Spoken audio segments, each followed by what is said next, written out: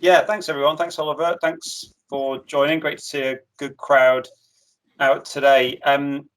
So the idea to do this online meeting today really came out of our own, thoughts, and as we're thinking through what we do in our own business around, as we move out of lockdown, out of the pandemic, and into whatever new normal looks like, or as I saw recently, someone describe it as no normal, and we reinvent normal together. And there's been so many negatives in the last 12 months, but I think there's also been so many positives coming out as we've learned an awful lot. And how do we take that forward? And so it just occurred to me that I wanted to get as much perspective as I can, and I've been asking lots of people I know for perspective on how I should be viewing this problem. And as I've done that, just the idea of these conversations was so interesting, and I thought, let's get this conversation online so we can widen it out and have that. So what we do, I've invited 3 people I know well and who I feel have got wisdom and perspective on this and have helped me think it through. And so I'll get them to introduce themselves in a second. But we want to make this as interactive as possible. But the way to do that, to provide a little bit of control, so that it doesn't, with so many people on it, could get difficult, is we'll keep everyone's mics muted and webcams off for the time being. If you want to ask a question as we go through, please use the chat function. If you haven't used Teams before, you should be able to look up towards the top of your screen on the right-hand side. You should have a little speech bubble icon where you can click on that, and it'll open the chat panel down the right-hand side. So if anyone wants to just give that a little test out and say hi just now, that'd be great.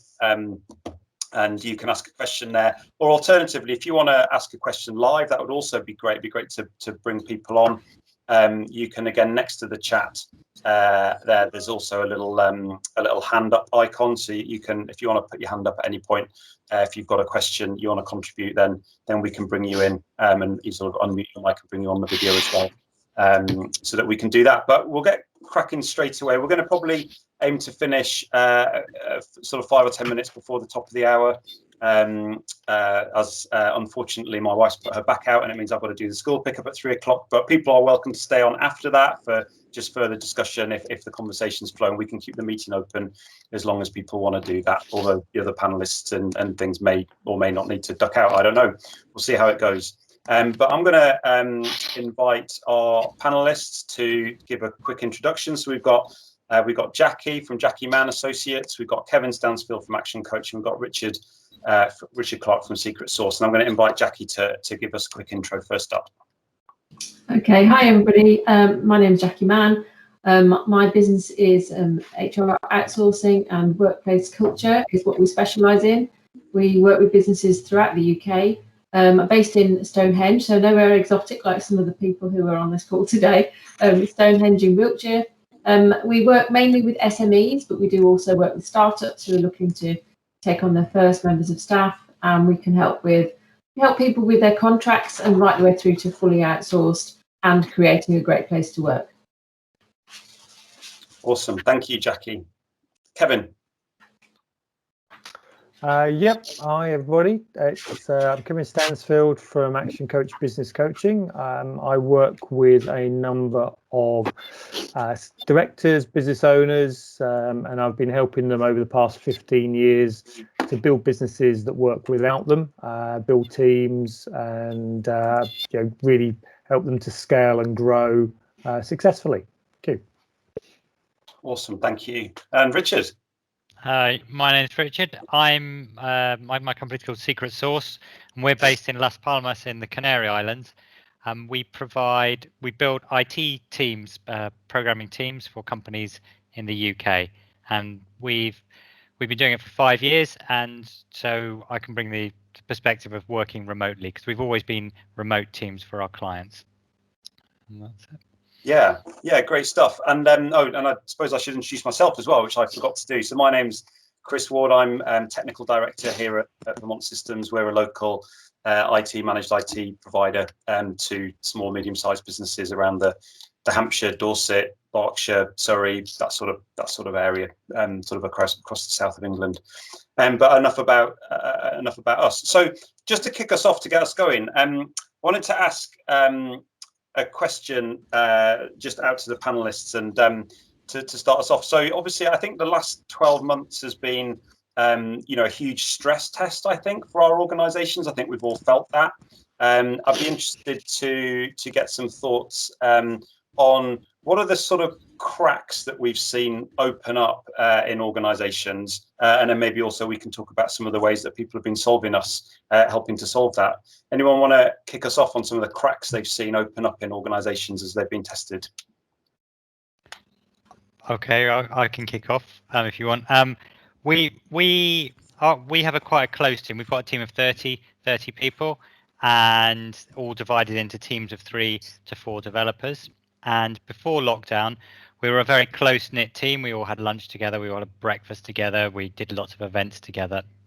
And so people from each different team within our company were all good friends. And then over the last year, we've noticed that the people who work in their teams, the people who work together every day, have just basically stopped talking to each other.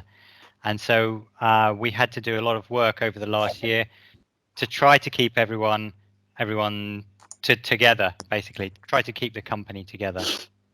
That's been our main challenge and what we've noticed. Yeah, Kevin, have you got something to chip in on that? Yeah, I mean, to add to that, I think I've got such a diverse group of clients. I mean, some clients have actually managed to keep the offices open and be working there. We've had the issues with furlough as well, that there's been an element of furlough jealousy that's been going around, that some people are off and some people are on, some people are allowed to work from home and I've got to come in, and some people want to come in and they can't come in. So it's been very much a roller coaster of emotions, both from business owners and managers, but also from the team as well. And going back to Richard's point, sometimes that emotion is not seen. Normally in an office, you'd see people who are upset and fed up. Because they're remote, you don't see it, and then it comes out in different ways, and it's quite a difficult one for people to manage and to identify. And sometimes I wouldn't say it's too late, but we're getting it later than we would have done if we were in an office face to face. So a sort of delay in terms of picking up on things from our teams. Yeah, the communication is, in some aspects, has speeded up because it's easier to communicate, but we're missing the normal face-to-face communication. So if you go back to what they teach you in NLP, neuro-linguistic programming, 60% of communication is body language. 20-30% is tonality, and 5-10% is the words we use. So we miss that body language, that feeling when you walk past somebody, whether they're in a good mood or a bad mood. We're having to rely on actual conversations and making the effort to see how they feel. Oh, interesting. You're saying emojis don't do it all then?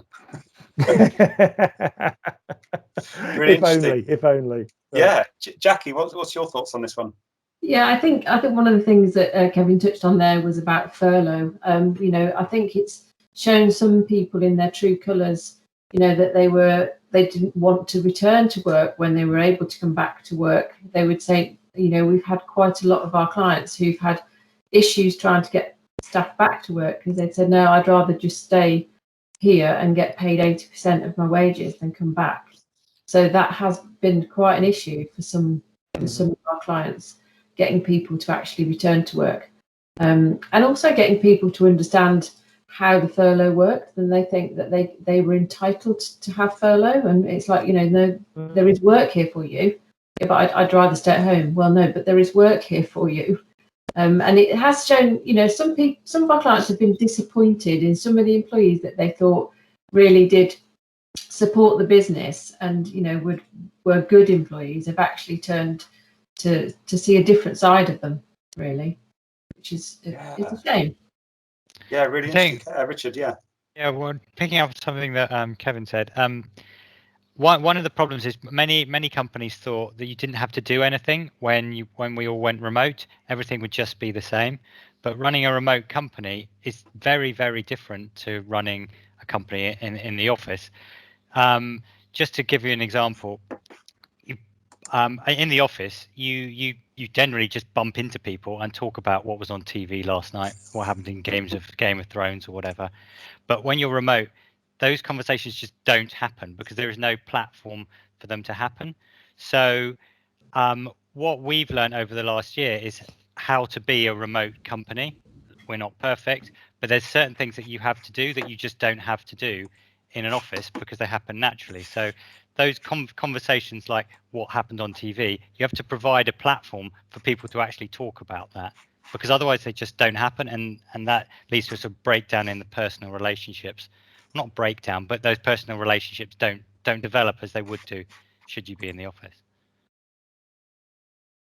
Yeah, and so what sort of things have you added into your routine, Richard, with your people to sort of make up for that and add that in? So we've done a couple of things. So one of them is we use a chat program called Slack, which is the sort of internal chat program for everyone in the company.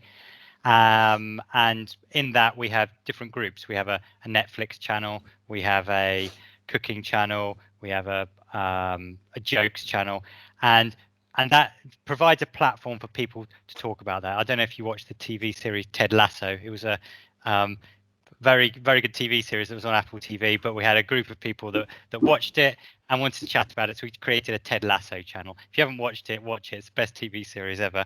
But otherwise we just wouldn't have chatted about it, because we wouldn't have because if I'm not working in the same team as someone else, I wouldn't have mentioned it. And a second thing we did was something called random coffees. So every week our head of our office manager, she pairs people up in the company together. We actually do it in groups of 3, just randomly groups people together, and they have to meet up for a virtual coffee once a week, just for half an hour. And the rule is they can't talk about work. So it's a way of trying to recreate that when you go to have a coffee in the office and there happens to be someone standing there and you chat about whatever. But that was really important for introducing new members of staff, because we had 5 or 6 people starting last year, and otherwise they just wouldn't have met anybody in the company. And that was a really useful tool to get them integrated. So those are 2 of the things we've done. Richard, how did you come to those decisions? Well, because there's the beauty, you've been doing this for sort of 5 years, so you've had time to think about it. But when you look back, where did these decisions to set these things come up from? So one of the things we did right from the start was we were very proactive with loneliness, because everyone was saying, got to watch out for loneliness, got to watch out for loneliness. So we started measuring happiness of our staff. We started asking them how they were feeling each week, and we started doing one-to-ones. Really, every week, all our staff met with their line manager, met with another member of the team, and had a one-to-one. And so we provided a platform for people to tell us how they're feeling. And from that, we found out that they were feeling a bit isolated, they were feeling disconnected. And then we just researched what other companies did. And we tried a number of things, and those are the 2 that have stuck, basically. Yeah. But measuring happiness is really key. Yeah. And I think, we go back to the reason for this webinar was, to talk about what is the new norm going to be, and I think this is where us as business owners and managers have got to decide is where do we want to go. It's got to be a committed strategy towards this. It doesn't just happen overnight. You've got to put thought and process into it, rather than just saying, well, actually we're going to go remote, and and it's just as simple as that. It's never as simple as that. If you think about if you were to change offices and move somewhere, how much planning, how much resource would go into changing offices? Are you going to put that amount of money and time and effort into actually going remote? And the answer for most people is no. They just we're just going to go remote. But you're going to need to put that, it's almost like redesigning your whole office around it to make sure it does work. And that's when I spoke to you before, that was impressive that you'd done that from the outset. Well, it's our industry. There's a lot of remote workers, and where I am on Gran Canaria is a big remote hub. So I'm in my LinkedIn groups, all the conferences here. They're mostly worked around remote working. So it's front of mind. It has been for years. So I knew it existed. There's one thing that we just don't know is going to happen, and I'll be interesting to see what you think, Kevin. What are the people you're working with thinking the future? What are they thinking of going back to the office? Are they thinking of staying at home? Are they thinking of mixing it? What are they? I think they're thinking about it. It's there are a number that have, I think, really benefited from it, that have actually looked at it and said, actually, this has opened up a whole new profile of people that we can tap into, because obviously as soon as you go remote, you're not limited to the talent pool in your local area. And suddenly they're thinking, gee, actually I can build my team now across the globe, if I need to, whereas before it was, oh god, how are we going to find another one of these in this area, because they don't exist. Then you've got I would say probably the professional service type people that you can find the talent pool locally, and there are benefits of being in the office, but you've got some of the workforce have actually enjoyed working from home, but then again, likewise, some can't work at home and they've actually been very unproductive and unhappy at home, so they're probably going to have to find some hybrid version, and then there are others that are just sort of say, no, we're going to go back to the way it was. With because it suits me, or sometimes it does suit the industry. So certainly anyone in manufacturing, or where you've got to be in what's going on in the day to day, it sort of seems to be better to be there. But I'd say they're open to certain parts of the business to be remote. Can I jump in there a bit, Kevin? Yeah, go, Well, back, Jackie. I've actually just experienced this myself. I was looking to take on a new member of my team, a new HR advisor, and she'd been working at home with the company that she worked for, and decided she wanted to have a change, but she wanted to do working from home all the time, and that wasn't going to be offered where she was. So she's actually said it's not about the money. So I've managed to get a really, really good member of team to join me, who her reason is now about her quality of life, and the fact that she can be at home, that she is not working such late hours, she's not got that commute, which she said sometimes is 45 minutes to an hour, and now that she can be at home and work 9 to 5 is and that's the hours we need for our clients. But the fact that she's working from home, that made a difference to her choice, that she didn't want to go back to doing what she did before. And we're finding quite a few people are actually saying that they don't want to go back to that commute that they did previously. But it's not going to suit everybody. Yeah, really interesting. I understand. I'm just getting a few comments that we got some problems with webcams and stuff coming in and out. Apologies for that. I think all the panelists are still on and I'm still here, so we'll crack on.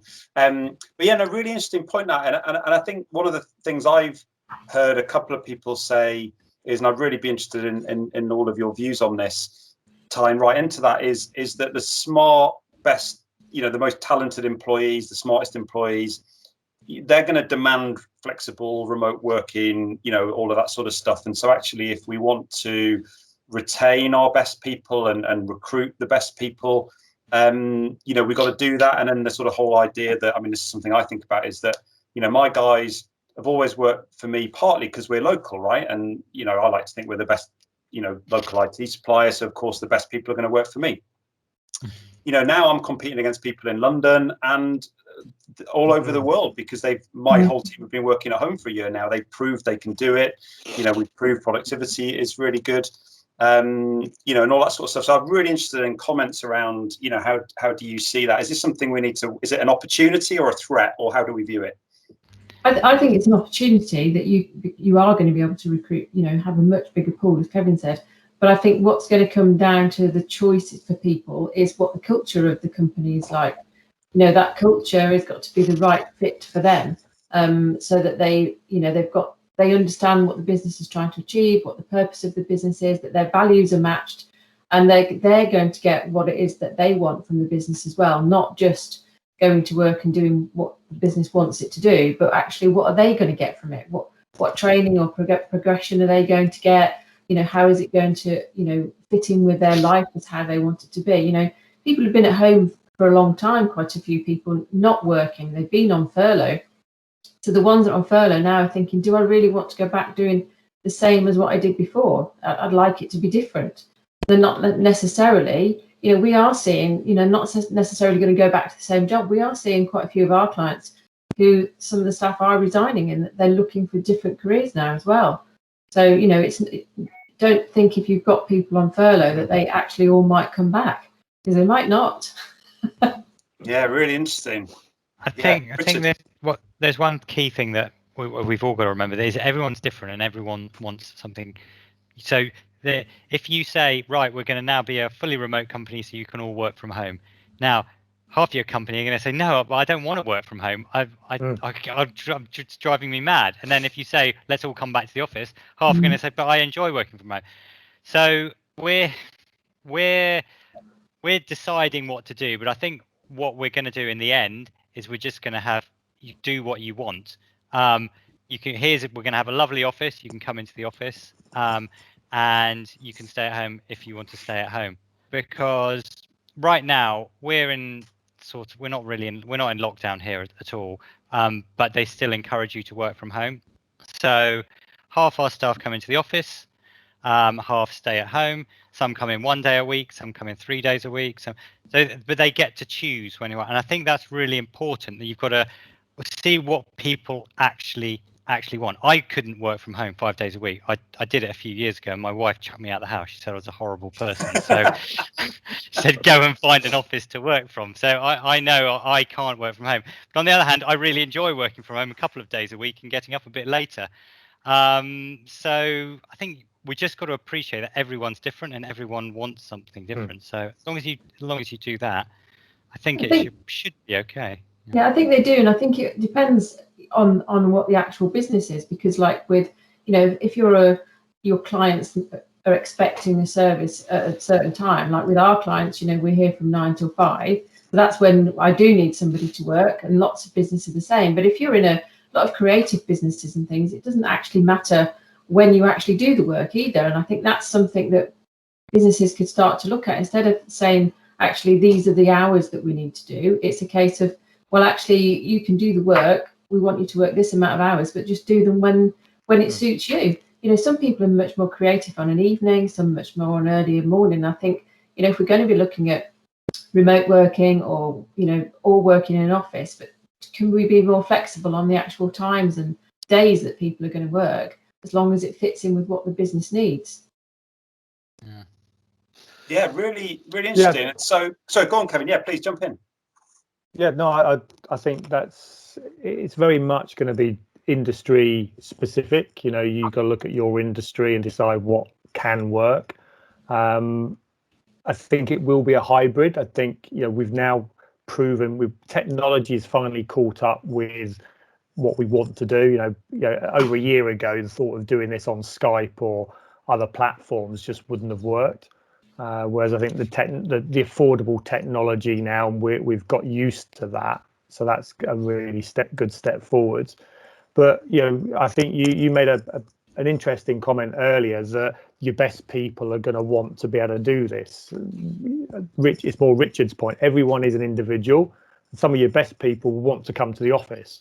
Some of your best people will want to do a couple of days in the office and a couple of days at home. Your best people sometimes will be on the other side of the world. I think we're going to move now, and I've been championing this for years. When I did my MBA, I did it on strategic human resource management. Your team really are your asset, and you've got to spend time working with them to get the best out of them. It's like a high performance engine. If you just sort of chuck it in there and just run it, you'll get a few horsepower out of it and it will churn over. But if you really want to get it high performance, then you've got to tune every single cylinder and every single part of that.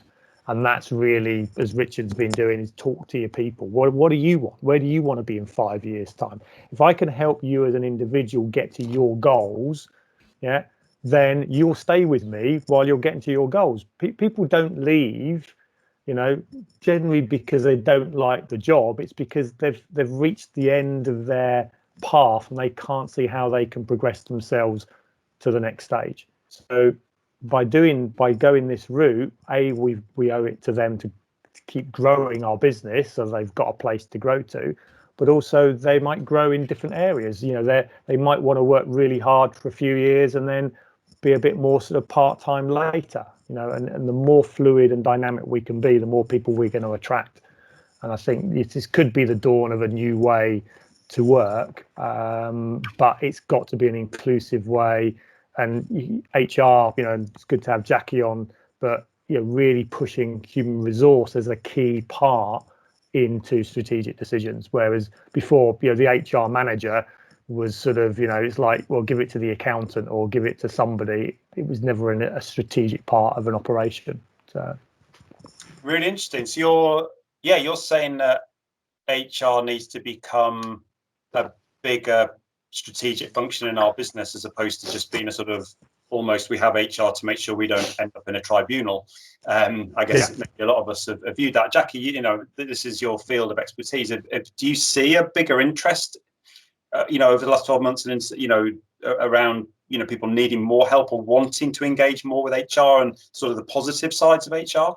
Yeah, I do see a massive difference. I mean, obviously, when it first happened, everybody wanted to know about furlough and all those sorts of things. But now people have realised how important it is to have HR in the business, and it's not just there. I've been saying this for years, but you do have to keep going on about it. HR isn't there just to hire and fire people. That's just part of the process.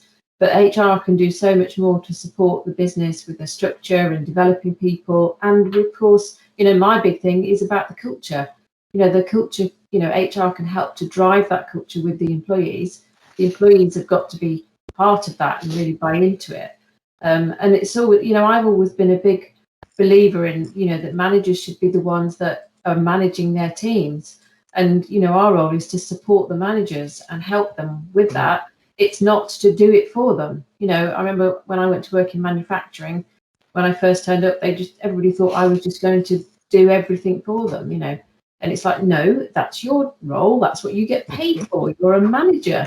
And, but a lot of people don't want to do these things because they've not had any training. So they're not sure, they're frightened they get it wrong. But HR is definitely, needs to play a bigger role now in looking at the business and how it can make that flexibility within the business and give them more ideas as to, what they want to be looking at for growth. And looking at progression is a huge thing, especially, younger generation now. They really want to know what sort of progression and training they're going to get within business. So looking how you can, instigate that as well, put things in place. But yeah, HR definitely needs to be up there now on every business, not just about looking at hiring and firing and contracts, which are important. And that is, that is something that people will really need to look at now as well, if they're going to be changing the terms and conditions, because, everybody worked from home because we were told, work from home if you can.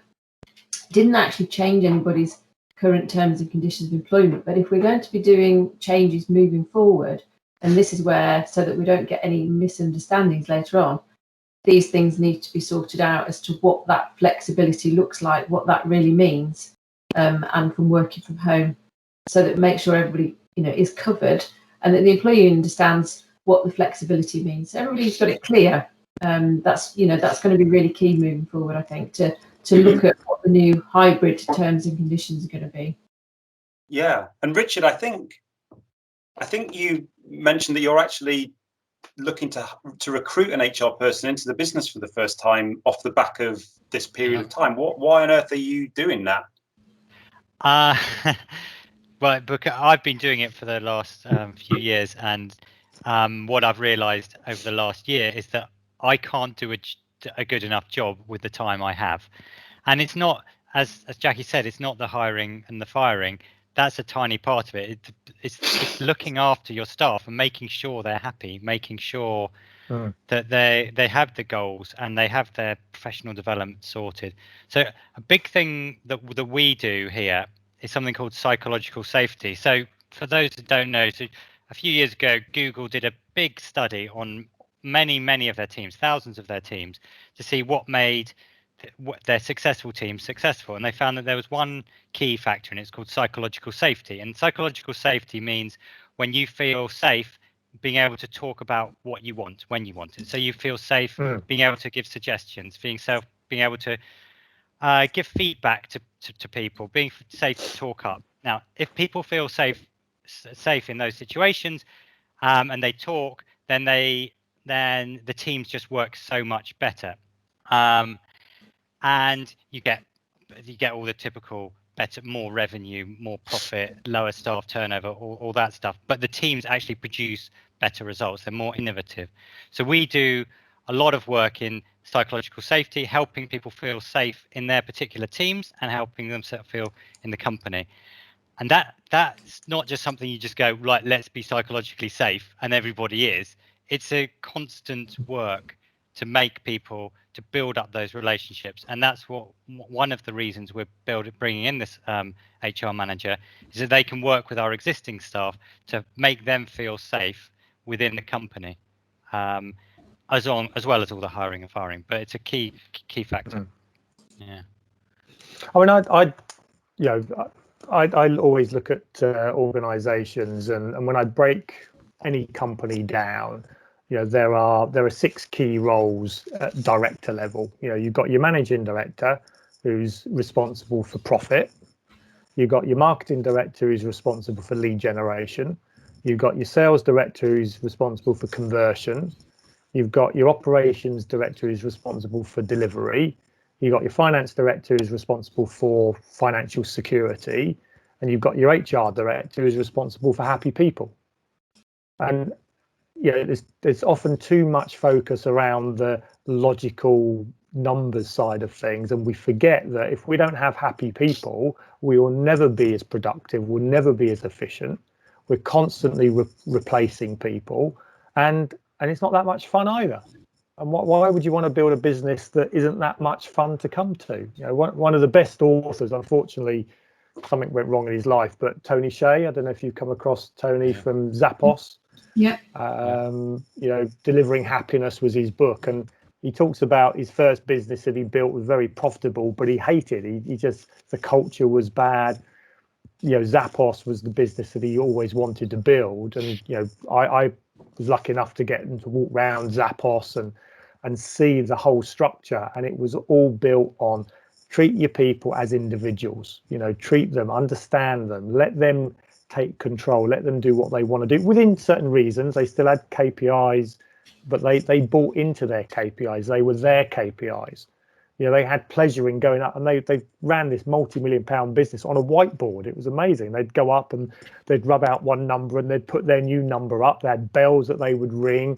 I mean, it was a crazy place. I mean, it probably wouldn't work outside of Las Vegas, but it was the culture that they believed in and allowed that business to scale into a multi-billion-pound business. So this emphasis of back to, if you're building a business, is really, the trouble is it's really tough when you're small, because like Richard, the owners and the MD, they're doing everything.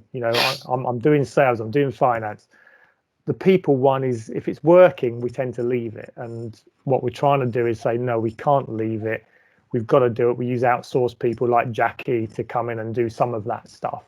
But eventually we want to get to a point where it's a role in its own, and you have somebody who has ownership of it.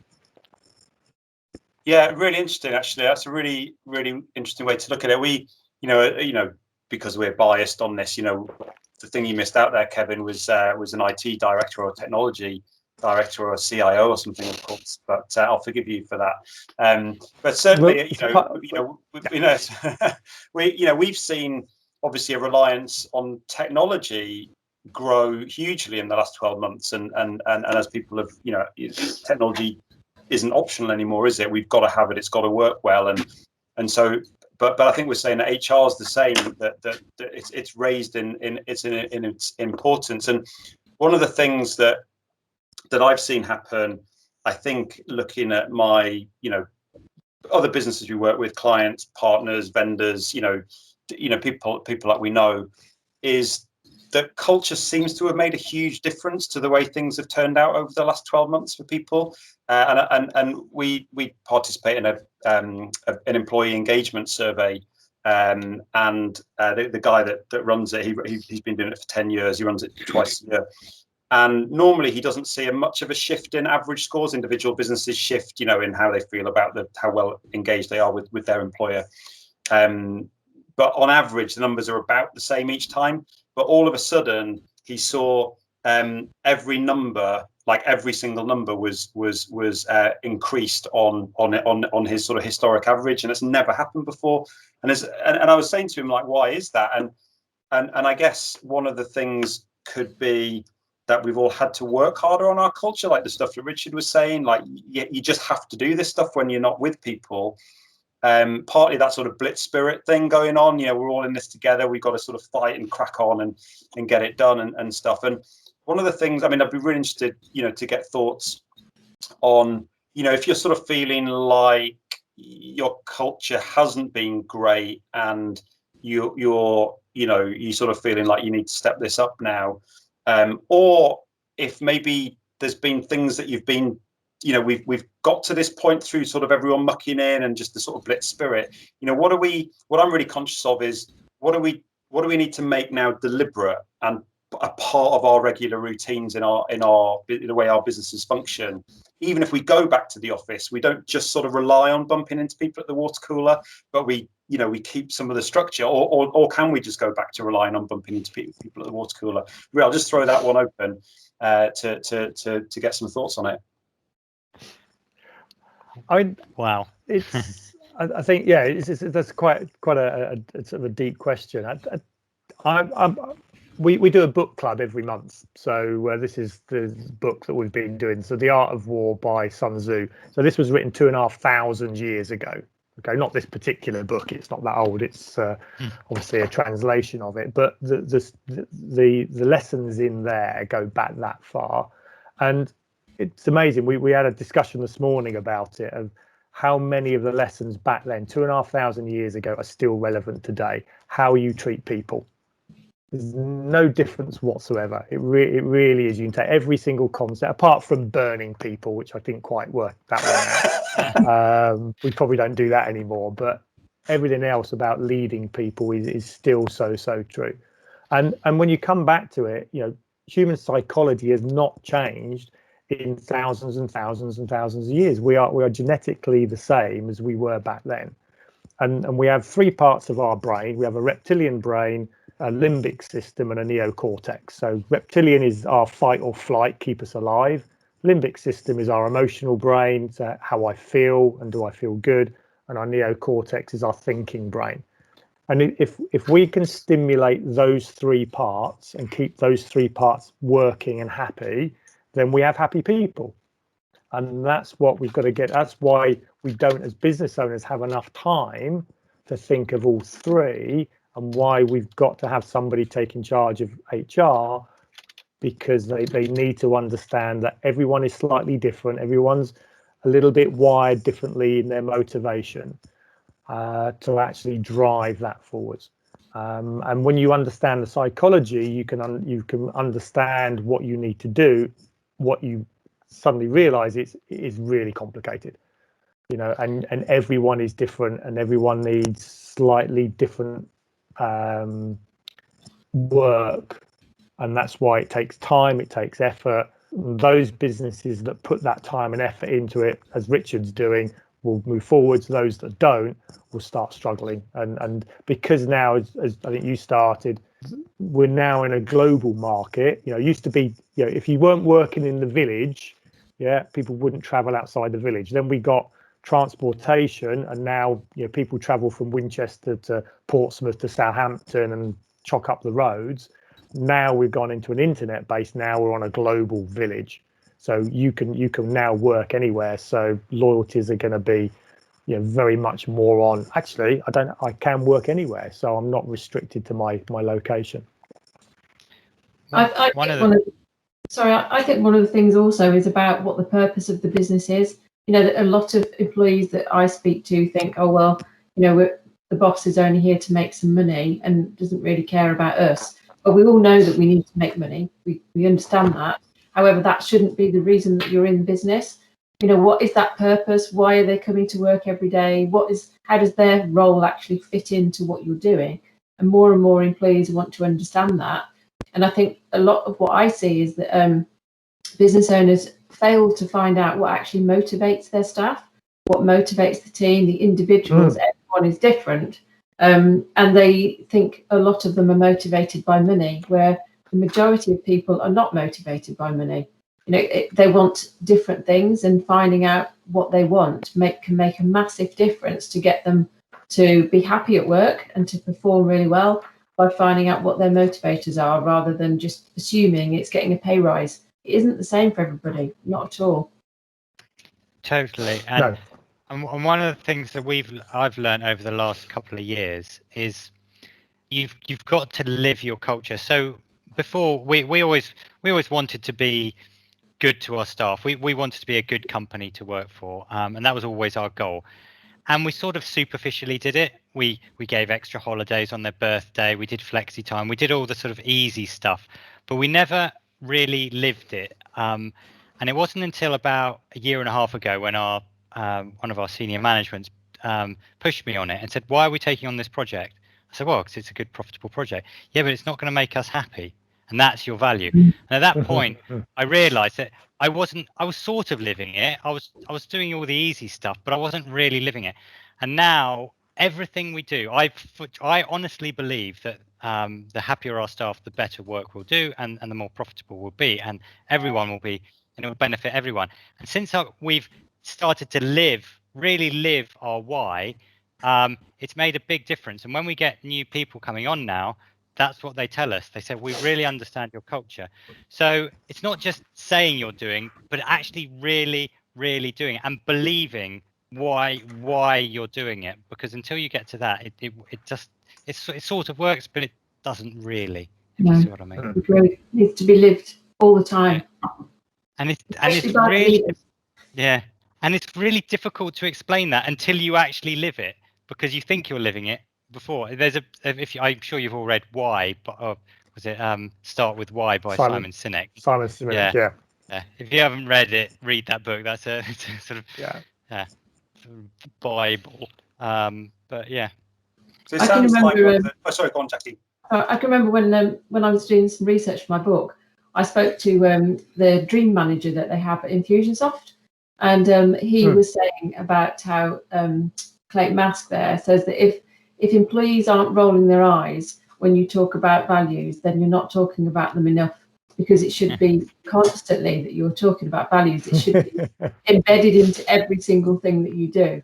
So I think that was quite good. And just talking about Infusionsoft, actually, their dream manager, they have a big blackboard in their office at Infusion where the employees can go up there and put their dreams on of what they'd like to achieve, and then they help them get that dream. So that's, they are a big corporate, but you can still do that in a smaller way as rewards for people, motivating, helping to their motivation. They had that at Zappos as well. They had one of the hallways was done with stars and things, and whenever somebody achieved something personally, they put it on there. And it's working at Zappos has helped me buy my first house. Working at Zappos has helped me go on a dream holiday. And so when the new recruits come in, they look at this and go, "Wow, working here allows you to do all these fantastic things. This is amazing. I've got to work here." So they never have a problem with recruiting, because the word gets around that working at this company allows you to achieve your dreams. Not pays you a wage check or gives you 3 weeks holiday or healthcare. That's fine. But that was yesterday's importance. It's not today's importance. Today's importance is allowing people to achieve their dreams. The first thing you've got to help them, though, is a lot of people is help them understand what their dream is, because when you ask people, most people don't know. But once you do it, there's no going back, because if if you ask them and then they go, well, actually, I want this, but there's no way I'm going to get that working for you, then they'll be off. So you've got to be prepared that you've got a growth with it. So I'd say it's a dangerous one, but it's going to be the way, it's going to be the norm going forwards. Really interesting. I think things that you're saying. I want to pick up as a question from the audience in a sec, but I think to summarise what I'm hearing from you all is, I think all of the things you're saying, like that book you referenced, these things from Zappos, these were all pre-pandemic things, right? These aren't things that were discovered in the pandemic. What we're saying is that we've all had the opportunity to rediscover how important this stuff is to get us through the pandemic, and we'd be daft to start dropping it again now and just crack on being busy. It's like, let's keep running with that, and let's actually double down on culture. Let's double down on all of these principles. We sort of know in the back of our minds, and people like you, Kevin, you know, you've been telling me for 10 years to do this stuff, and Jackie, you know that you with your culture program, and but it's like, you know, just because things are opening up now, we don't put all that back in the box again. It's like, let's keep doing it. Just want to pick up on a question from Andrew just in the chat there. So this is a great question, actually, something I've been thinking a lot about. You know, if you're working fully remotely, how does training work, and you know, onboarding people, training, and particularly more junior people who, you know, read a lot about this, you know, that don't know the norms of work, that, you know, need extra support as they get going. You know, thoughts just on apprentices, younger people. How do we bring them in, make sure they're well onboarded and trained in the work they need to do?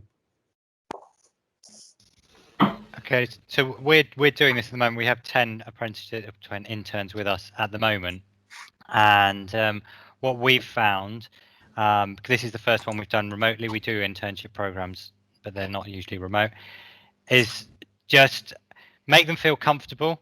They can ask anyone in the company, so that they're connected to everyone in the company, so they can, and just don't assume they can do anything, because most probably they can't, even just very simple things that they won't be able to do. So be there for them the whole time. That's what we've found. I think I think it's very important that there's a really good induction in place.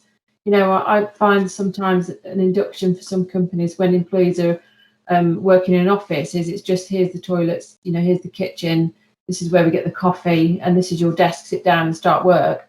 Whereas having a really robust induction in place where, you know, there's a timetable set out of what they're going to be doing, who's going to be doing it with them, so everybody's got a real understanding, and also really strong policies and procedures on, you know, processes of how things are done. So that's, you know, really, I think is one of the keys to building a great culture as well, but having those processes so they will understand that this is what's expected, this is how we do things.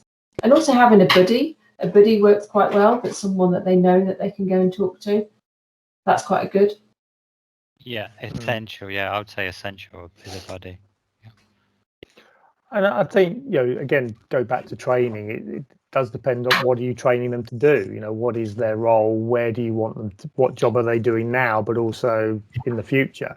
There is still a lot to be said, I think, from working in a team, you know, and being part of a group of people that are moving forwards. And, you know, you wouldn't, you know, would you send a youngster that's an apprentice out on their own if they were a plumber just to do plumbing work? No, you'd need them to be mentored by somebody on a regular basis, and that's where I think this hybrid office, you know, remote, it's almost, you've got to train people to be able to be skilled enough to work remotely. You know, I would say, you know, in Richard's sort of area where you're dealing with, you know, programmers and people that are, you know, working computers, they've spent a lot of their time working remotely anyway.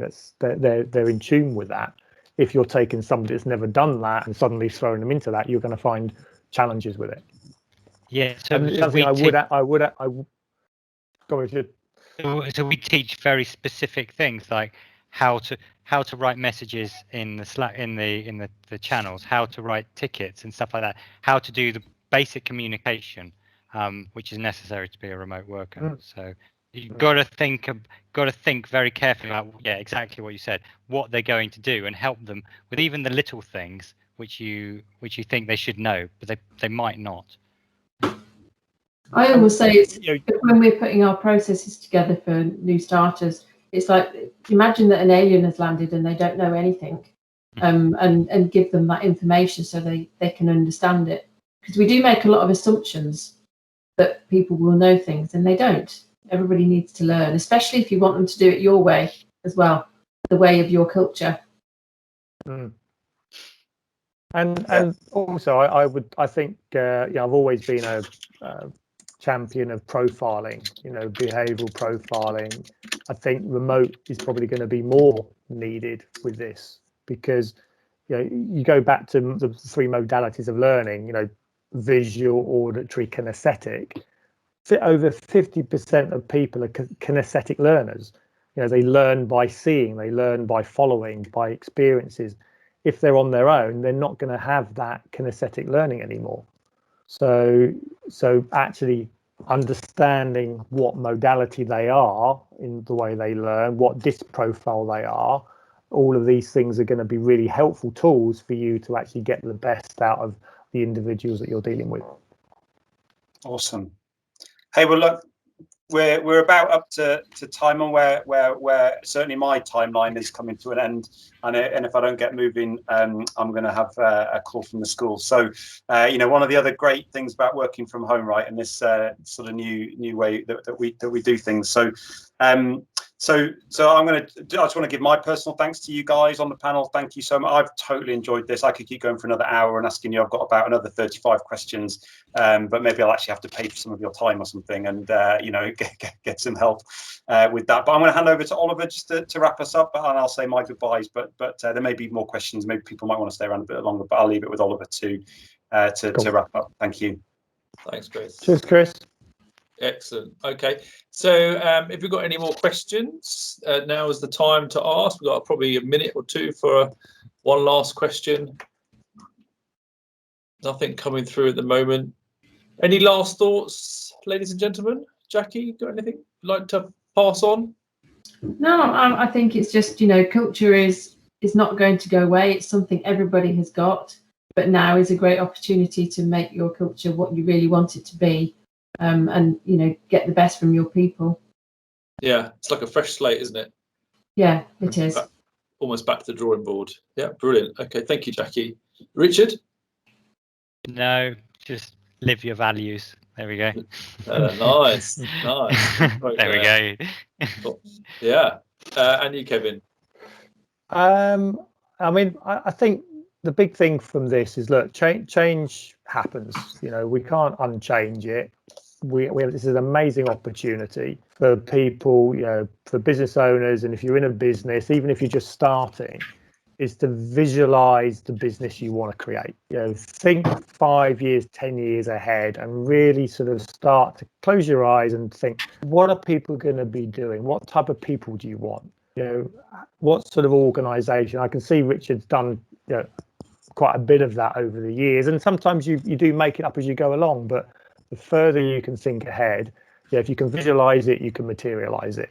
If we build great businesses that are great places to work, help people around, then, and they make profit as well, then happy days all around.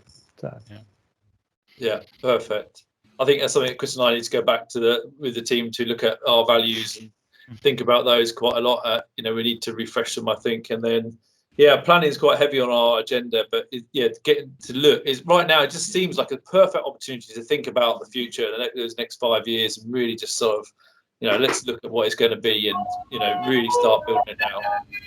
Yeah. Perfect. All right. Well, cool. Nearly there. Thank you very much, guys. Really appreciate it. And Jackie, if you're still there, really appreciate your time and sharing your thoughts and wisdom. And hopefully we'll do it again sometime this year. After we've all gone back to work and talk about lessons learned, maybe. I think that might be a good idea for a seminar. Perfect. Excellent. All right then. Good. Thanks. And, happy Easter, everybody, when it comes. Happy Easter. Take care. Cheers. Bye-bye. See you later.